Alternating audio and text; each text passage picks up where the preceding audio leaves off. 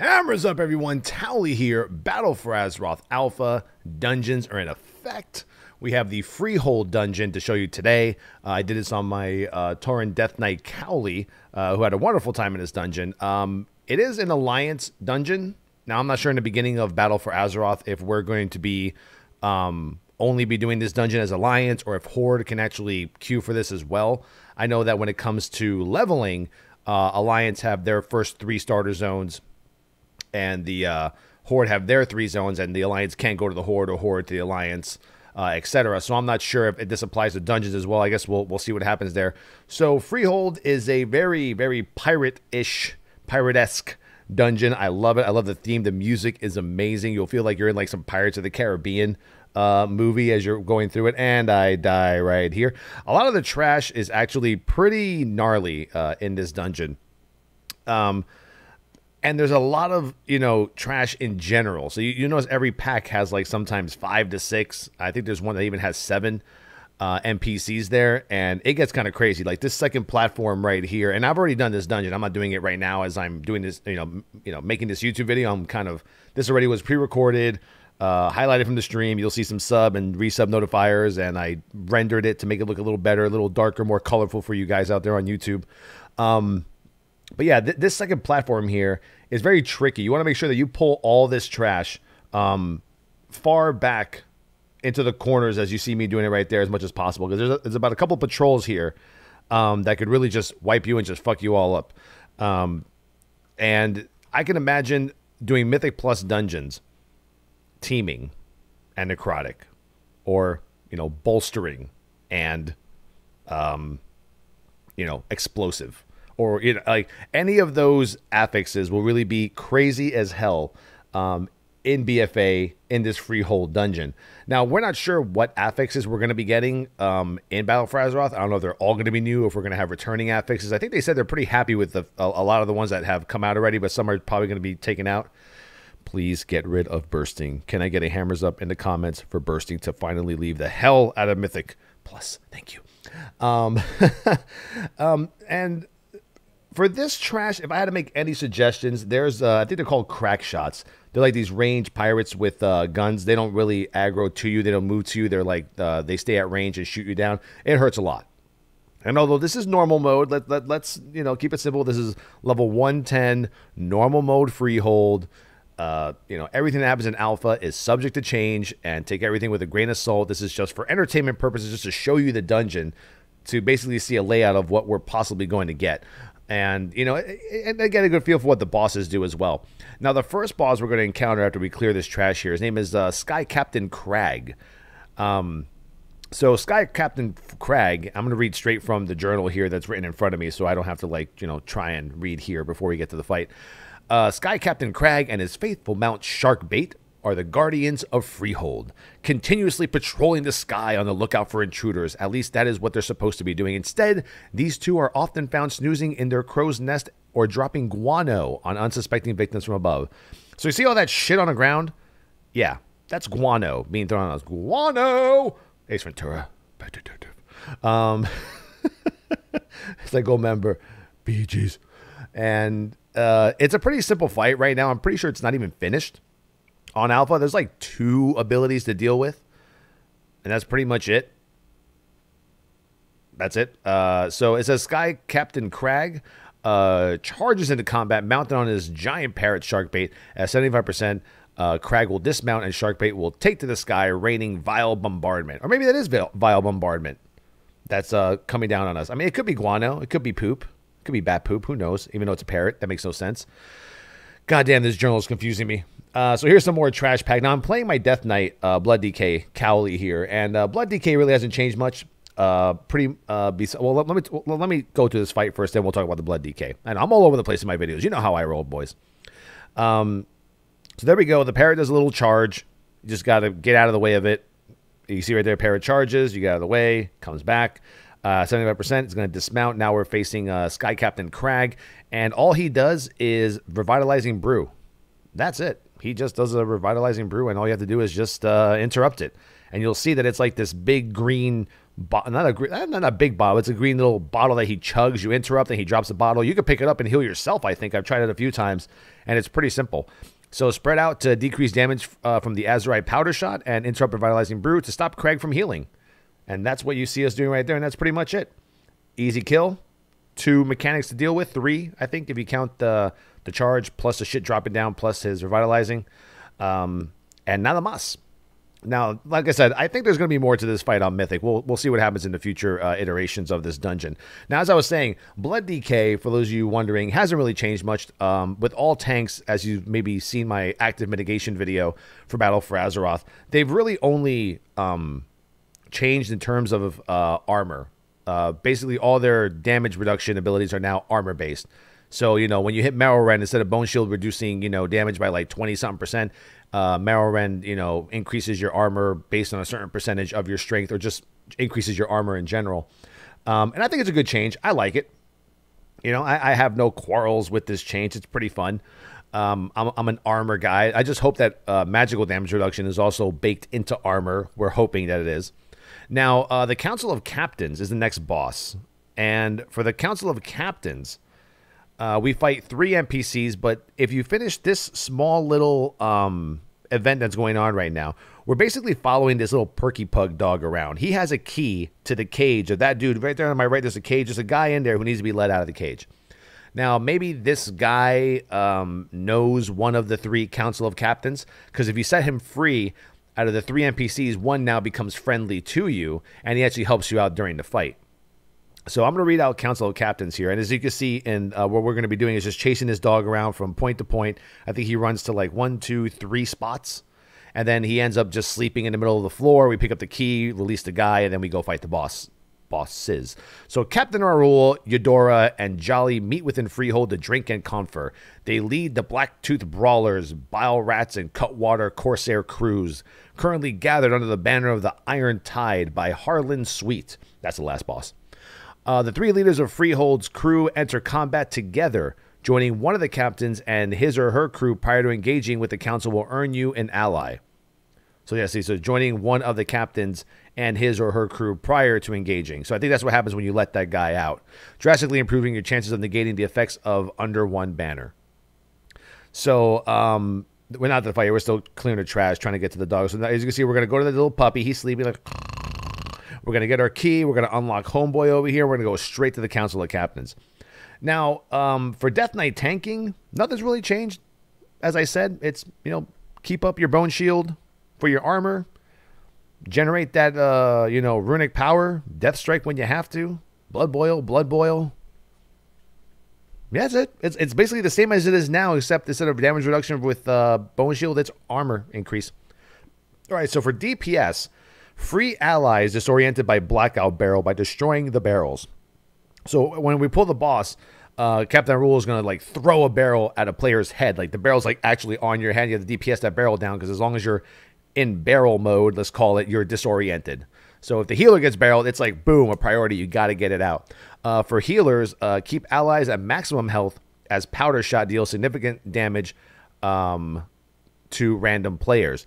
Now, that's what Eudora does, which is a small little goblin. Like, one's a big Colterian Type 4 Star Wars The Republic type male, and then you have a little goblin there. So as you can see the dude on the right, he's friendly. Now, what the NPC on the right that is now our ally, what he does is every now and then he gives us a 25% haste increase at the fight, which is really awesome. Now, there's the Powder Shot you're seeing right there. It's a huge, like, cone. Like, he'll go to the corner of a room and shoot the entire room. The best method that I found of countering Powder Shot with, so far, pugs and viewers from the stream is to just get behind him. Like, right there. I just, like, Wraith Walk or Speed Boost over there, get behind him, and just let him, because it's frontal. I don't think he ever goes, like, 360. And then for tanks, free allies disoriented by Blackout Barrel by destroying the barrels. Now, what it doesn't mention here is that Captain Rule does do a keg kind of smash ability.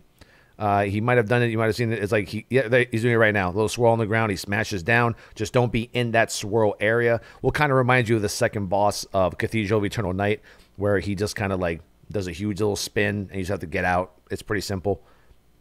Other than that, he's pretty harmless. And that's the fight for the Council of Captains. And there's some loot dropping. Oh, it's a nice hat. It's a nice hat. It's a nice hat, Clint Eastwood. some Ettins here that we're fighting. And as you can see here, lots of trash, man. My health is like dipping low, going low. But I think I kept myself pretty topped off. Death Strike is doing a decent amount of healing.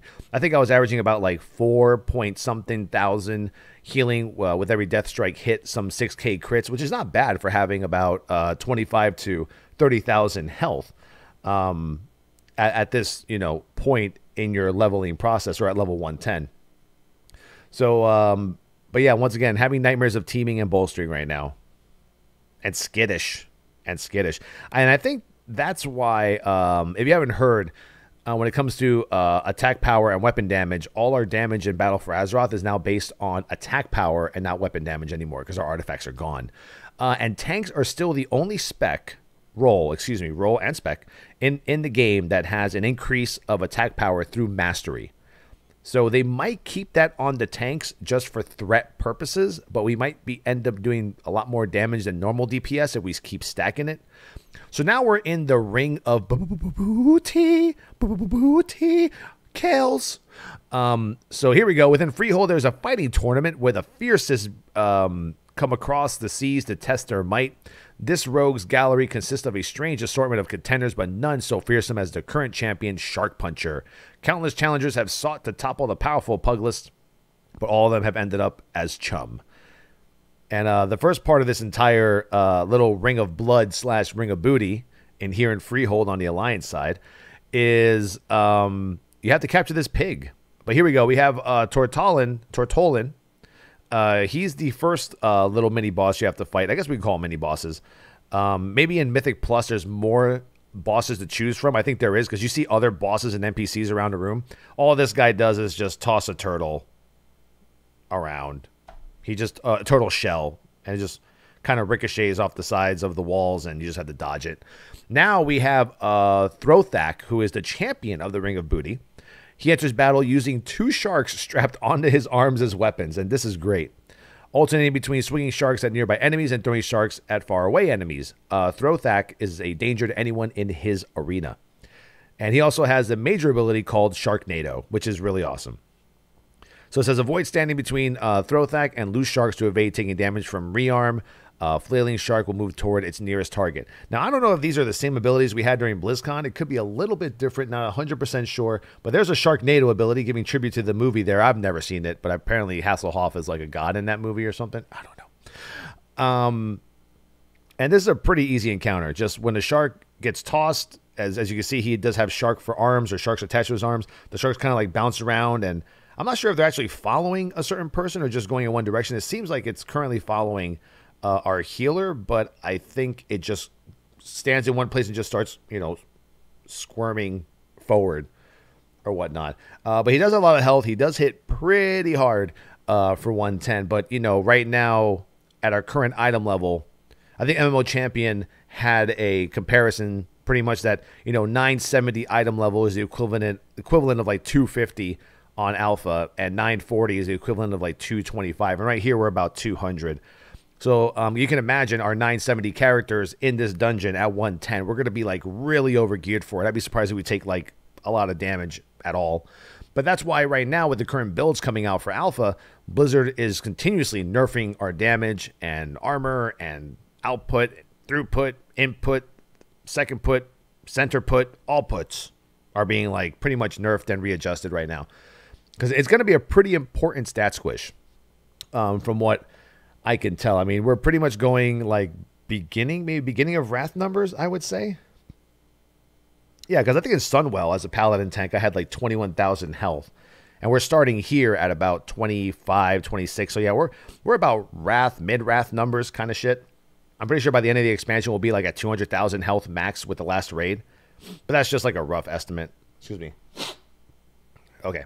And now we're on our way to the last boss, Harlan Sweet. Now, I'm going to read about him as we get there. And you can see here, I'm already practicing for like Mythic Plus dungeons. I'm taking small shortcuts right here and trying to get my ass to the boss. But obviously, one of our other lovely little DPS pulled there. So Harlan Sweet is the leader of the Iron Tide Raiders. So that's a group that we were fighting in this Freehold dungeon.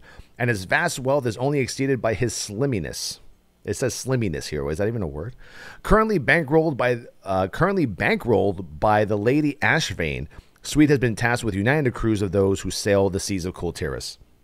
So Harlan Suite rolls his magically loaded dice at 60% and 30% health remaining, gaining advantages via loaded dice, all hands, and loaded dice, man of war. Be sure to observe how his abilities are modified. So he basically during the fight he rolls the dice at 60%, and I believe he does 100% more attack speed, and then at 30%.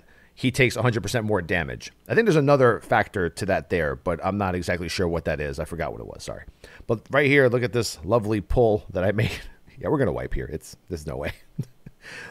We're trying everything right now. Luckily, we have a warlock that has Shadow Fury that could like stun, and then we could kite, stun, kite. I was in a dungeon with Sko from Method as it was a Destro warlock, and man, we pulled like I think like 15 mobs. I had to like Shadow Fury, slow, Rain of Fire, Shadow Fury. It was like crazy as hell the amount of like CC and slows we had to do, because you could overpull easily in a dungeon like this. And as you can see there, I'm also collecting Azerite, which is our currency, the equivalent of artifact power in Battle for Azeroth.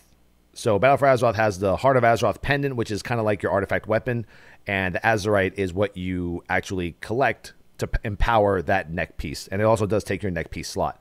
Now that is pretty much character based, not spec based. So when you do when you do get your Azerite, you don't have to apply it to a spec. It just gets looted to you. You don't see it in a currency tab. It's not in your inventory. It's already on your neck, and it's for all 3 specs or 4 specs if you're a feral, or 2 if you're a demon hunter. So here we go, Harlan Suite. Now, for the DPS, defeat or otherwise prevent Iron-Tide Grenadiers from reaching their targets to avoid the effects of Black Powder Bomb. Stand behind Harlan Suite to avoid taking damage from Swift Wind Saber, which is, I hate that ability, until he's empowered by loaded dice, all hands.